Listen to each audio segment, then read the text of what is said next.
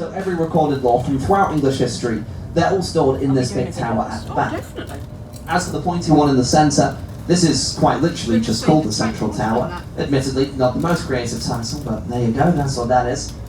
There isn't really any interesting history that goes with that either, to be honest. It used to be a chimney, now it's a tower. There you go, that's everything there is to know there. On my count of 3, I want to hear you guys shout out its name.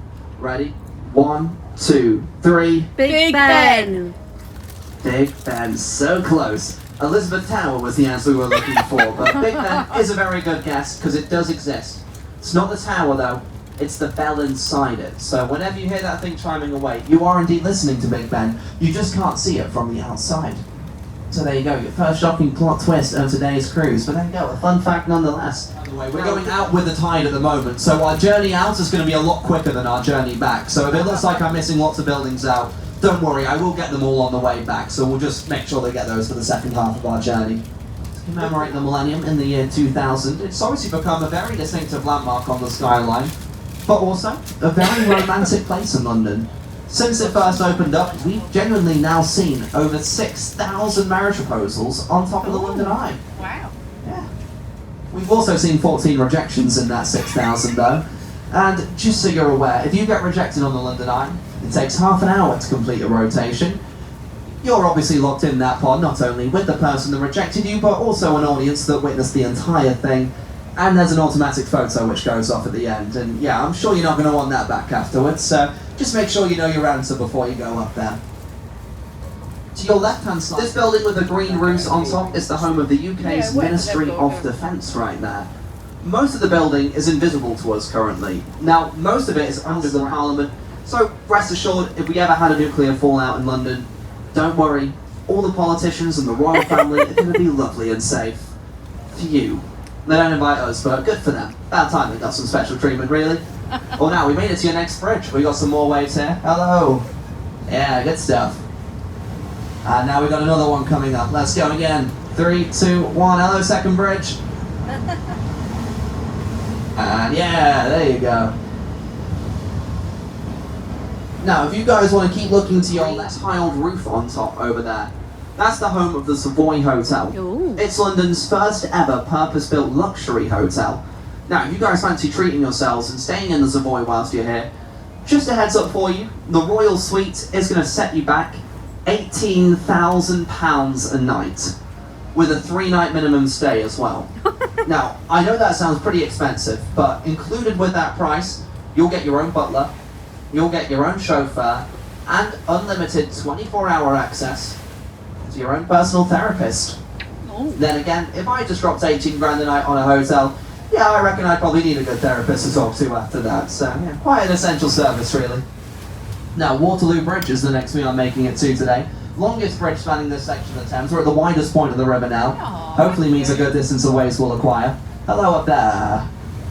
Okay, we got one. Okay to say this though. That building was actually voted not just the ugliest building here in London, but the entirety of the United Kingdom. So that is officially Britain's ugliest building right there. I know what you're thinking, George. If this building is so disgusting and horrible, why are you talking to us about it? Good question. Inside, it's the home of the National Theatre, and we often use it as a trial space for all the West End shows. So if you guys wanted to see a West End quality play in London, but at a much cheaper price before it becomes famous, this is where you want to be checking out. There's loads of really cool stuff going on in there. Even though I think we can all agree the outside is very ugly indeed. Now, coming up ahead of you, it spells out the word OXO, O-X-O on top of it.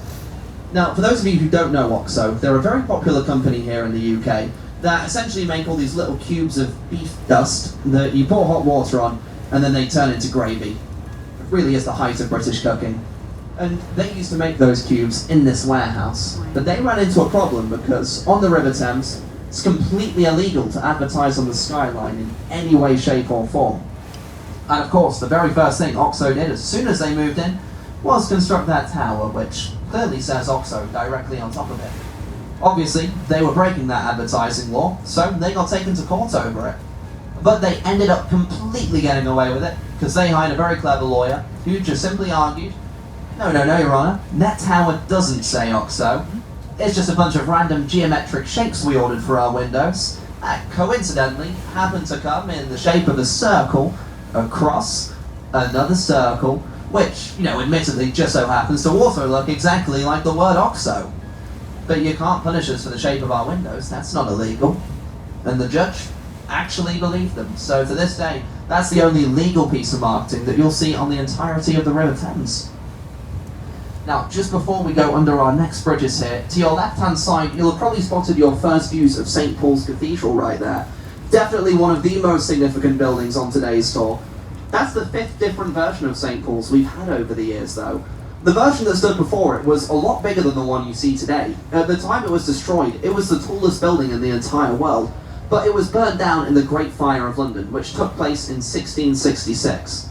That fire was a huge event, destroying not only St. Paul's Cathedral, but pretty much the entire city overnight. Later on in the tour, I'll tell you a little bit more about the Fire of London. Obviously, for now, you're not really going to hear me under these bridges, so I'll give you a moment whilst we're in this echoey section, and then we'll get to our next bit in just a minute with a large chimney on top. And that right there is the home of the Tate Modern Art Gallery.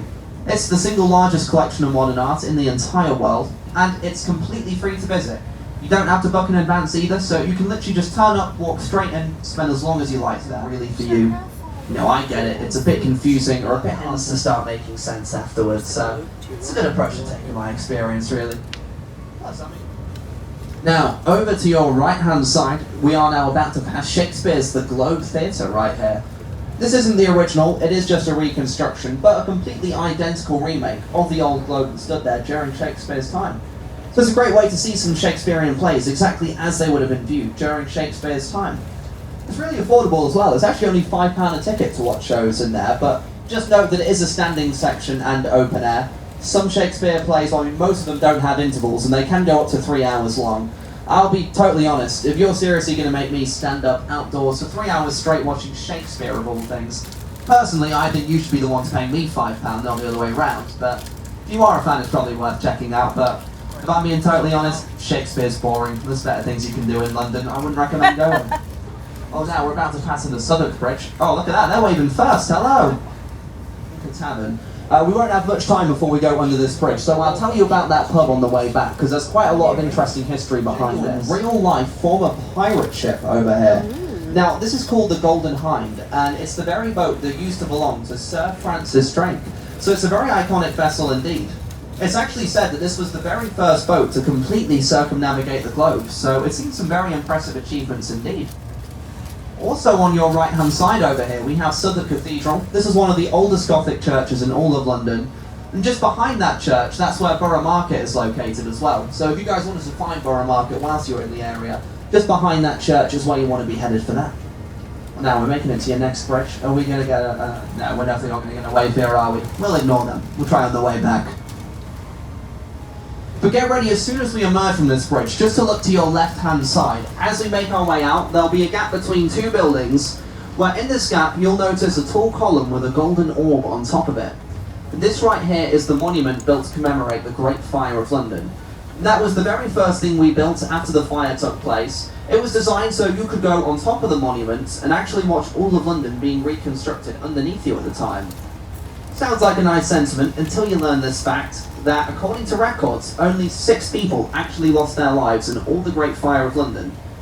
That monument, on the other hand, has now been responsible for the death of 8 people throughout its history, meaning it's since become more deadly than the fire it was built to commemorate in the first place. Obviously on your right hand side here we have the Shard as well, one of the tallest skyscrapers in all of Western Europe.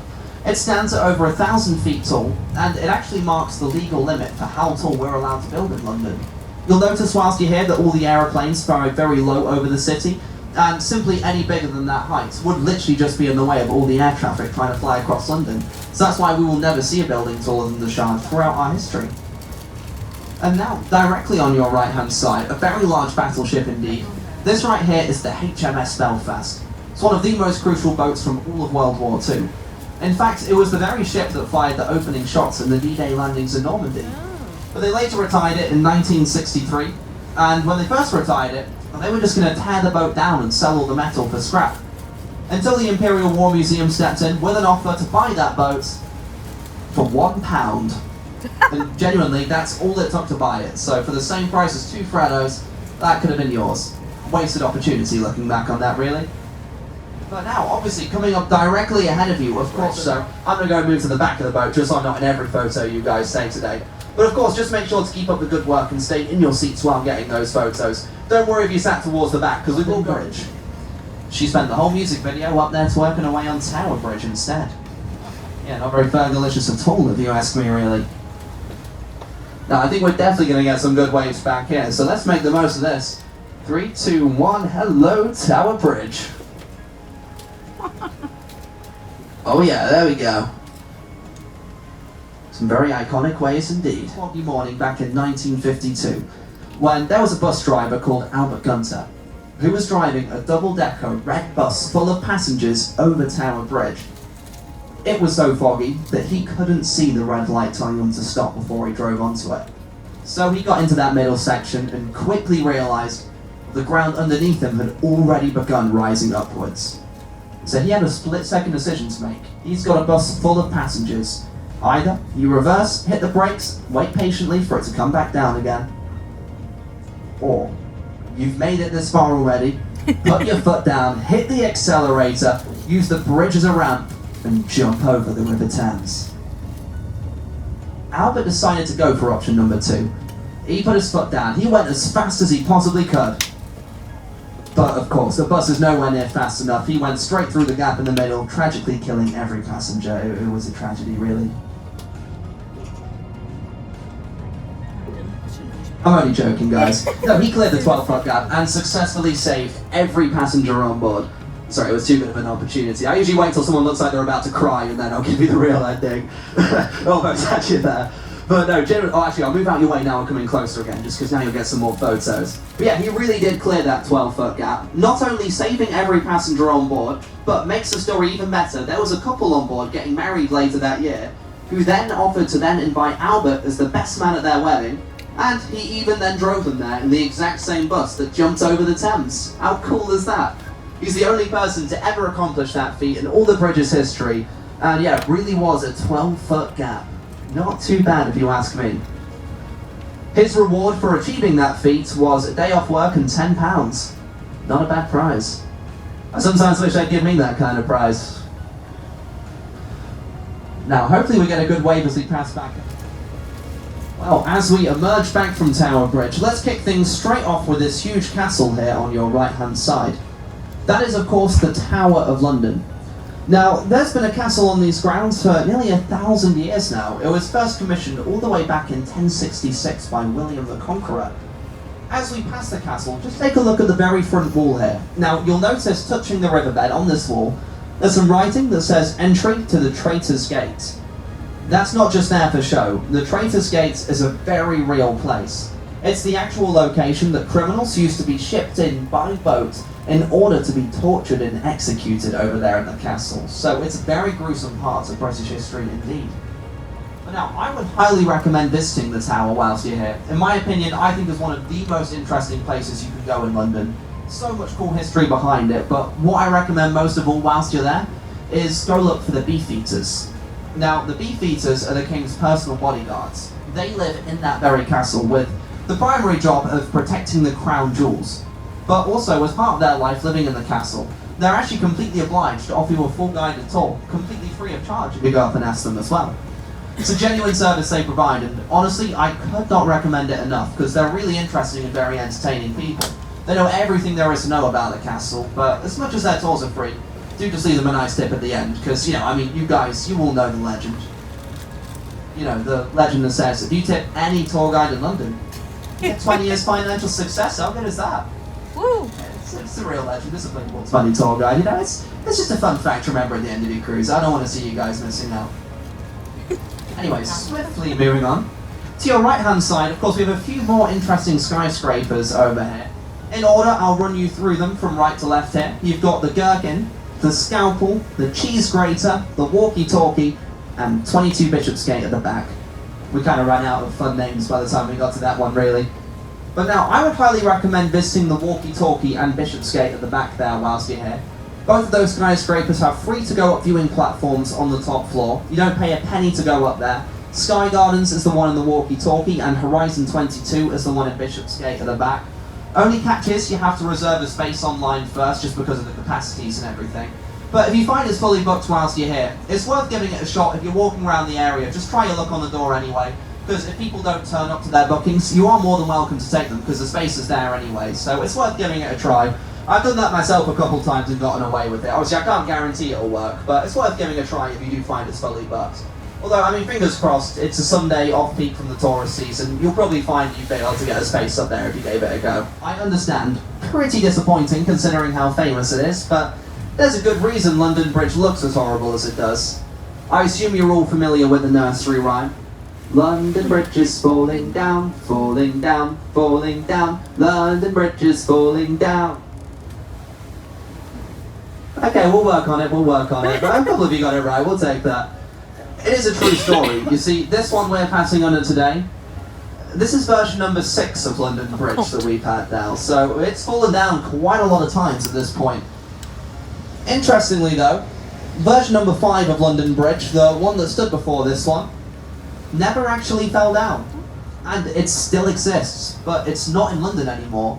It's over in Arizona in America now. Because essentially what happened was the old London Bridge was starting to sink into the sand below and was going to fall down like all the other ones did. Problem was though, we didn't have the money to pay for a new bridge to replace it at the time. So we had to come up with a clever way to try and raise the money fast, and this is where we had a genius idea. Because we realised people always think Tower Bridge is called London Bridge. You know, they always get those muddled up, and Tower Bridge is really famous. They'll pay loads of money if they think they're getting Tower Bridge, so we decided, put London Bridge up for sale, but don't put any pictures with it, and you never know, someone might try and buy it thinking they're going to get Tower Bridge. It's not a bad idea, and luckily for us, someone actually fell for it. It was a businessman from America by the name of Robert McCulloch. He submitted an offer of $2.5 million for London Bridge. And he couldn't believe it when no one else wanted it. So he got it shipped over individually, piece by piece, brick by brick, all the way to Lake Havasu in Arizona. My poor boy. Just to then realize as soon as it arrived that he'd purchased the wrong bridge. We were obviously more than happy to never correct him on that mistake, and that new London Bridge you just passed under, free of charge, baby, so don't go wrong in London. And for the lovely people of Arizona, they got a nice new bridge out of it as well, so it really was a win-win for everyone but Robert McCulloch, to be honest there.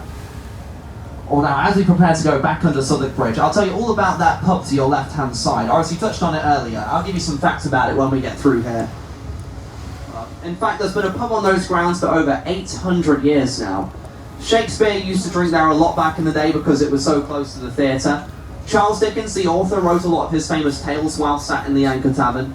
And the first ever version of the English dictionary was genuinely written over a nice cold pint right there in the Anchor as well. So if you ever wondered why the English language had so many confusing and annoying spellings, well, there you go. They were just very drunk while they wrote it. Makes sense when you think about it, really. That's under next.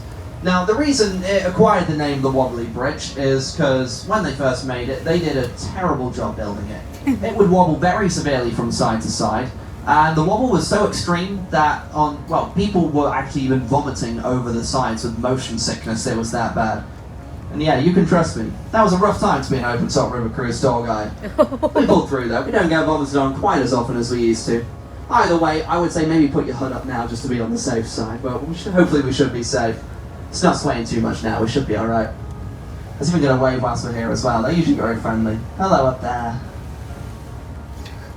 Nothing. Oh, there we go. Never mind, we got a couple. So, that's where the old St. Paul's railway line used to stand.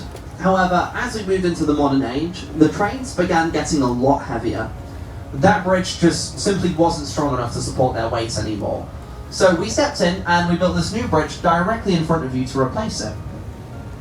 Problem was though, we built it so close to where the old bridge stood that we made it practically impossible to remove afterwards. And well, if we were to get rid of those columns, we'd have to use dynamite to blow them out of the ground, which also would have blown up and destroyed the brand new bridge we just spent a lot of money to build. We didn't want to do that, so instead we decided to just paint those columns bright red, give them a grade 2 listing, and fingers crossed, no one will notice we left them behind. I'll let you be the judge of how well that one worked out. Personally, I point them out 8 times a day on these cruises, so yeah, probably not overly well. At least they tried their best though. Now, this first bridge is a train station. They'll be kind of blocked by the glass, but they might wave back. I'll give it a go anyway. Hello. Nah, they're too distracted. As we prepare to go under the second bridge though, take a look at the columns that are supporting it. You'll notice some stone statues of birds on there. Ah, hello. On this side here, there are statues of seagulls that you can see either side of the boat. Blackfires. When we get to the next side though, they're going to change to swans, so keep an eye out for those. Didn't realise how slow we were moving, you'll see them in just a moment. Ah, there we go. There's your nice little swans for you. Now, the reason it changes from seagulls to swans on that bridge is because when they first installed that bridge, they believed it was in the very location that salt and fresh water mixed and merged in the River Thames. Turns out though, they actually got this completely wrong. It's actually completely all salt water under the boat here in London. So technically, we're travelling on the sea, not the river at the moment. It turns into fresh water about 9 miles west of here once you get to Richmond. That's when it actually starts turning into fresh water again. And because it's all salt and seawater here in London, it means we actually see loads of marine life living here in the river.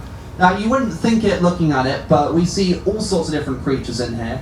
Seals we see very regularly. I'd be surprised if you don't see at least one whilst you're here. They're very common, often they'll just pop their heads up throughout the tours. Surprisingly, dolphins we see a fair bit of as well. Now, there's a pod of dolphins that live down at Canary Wharf. Every now and again we see them swimming up and down the river. Typically they hang out a bit further down than here, but the other day when we were on the tours, there was actually a dolphin that did a little jump outside the Tower of London, so that was quite a cool sight. I'd never seen that before. But also, on top of those kind of cuter, cuddly side of the marine life, we've got sharks in London as well. Wait. Genuinely, it's true. I know it's hard to believe, but we have 2 types of sharks that live here in London. The taupe shark is the largest. Now, they can actually grow up to 6 feet in length at their biggest. But also the other one is a lot smaller, but it's called the spur dog. Now, interestingly, the spur dog is actually venomous, meaning that we do have poisonous sharks in the river as well. So if you're thinking about going for a swim whilst you're here, I'd maybe knock that on the head now you've learned that fact. Now, to your right-hand side, I just want to talk about this wall that you can see along the Thames. This is called the Victorian Embankment, and this was kind of the earliest major bit of the London flood defence system we installed. Now, like I was explaining earlier, this river is a tidal river, so throughout the day we will see the water levels rise and fall at very drastic rates. And when we installed this wall, we actually had quite a clever design with it, because when we installed it, we actually managed to map out exactly how high the water level would go at high tide.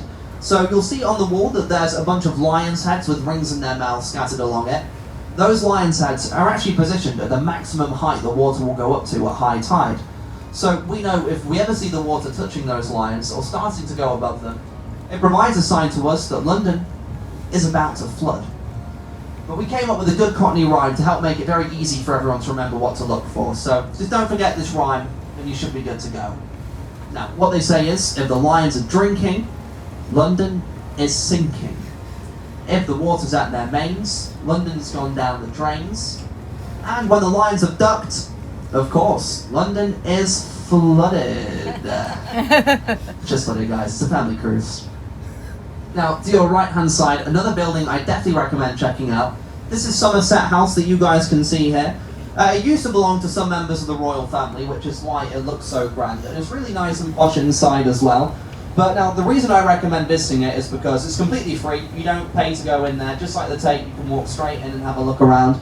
And it's all art galleries in there now as well. It's where you'll find the original self-portrait of Vincent van Gogh, where his ear is missing in the painting. So some quite interesting stuff to see in there. Plus, I mean, even if you're not into the artwork, the building itself is very cool to have a little look around, because it's quite historic, and yeah, while you're in the area, you might as well. You have to pay to do it, so why not? Anyways, Waterloo Bridge we're going to pass under next. Now, with the way the weather's looking today, you probably won't get an overly good one, but if you're going to be here over the coming days and you want to get some good views of the sunset here in the city, because, I mean, the sunsets in London are genuinely gorgeous. I think Waterloo Bridge here got to be the best place you can see it from. In fact, the sunsets are so iconic on this bridge, there's even a hit song written about it. You probably know the Kinks. They were a very popular band in London back in the 60s. They had quite a few big hits at the time. One of their most famous songs was called Waterloo Sunset, and it's really written about this very bridge, St. Paul's Cathedral and all the skyscrapers at the back. So yeah, definitely we're about to pass under our final bridges of the day, so if you've been enjoying and waving at strangers, last chance you'll get to do that in the city, so let's make the most of it. Hello! Yeah, good stuff. Oh, look at that. They're already waving on the last one. Hello. Oh, the poor kid's wearing a Liverpool jumper. Loser. I think they thought I was hyping up Liverpool. Poor guys. Sorry, I'm a Newcastle fan, so I'm quite proud of that game last week. Thank you. I'm glad you agree, sir. I'm glad you agree. They're going to win the league anyway this year. They can at least give us something. Anyways, now, as we emerge from those bridges, as you can see, we're now in the final section of today's journey.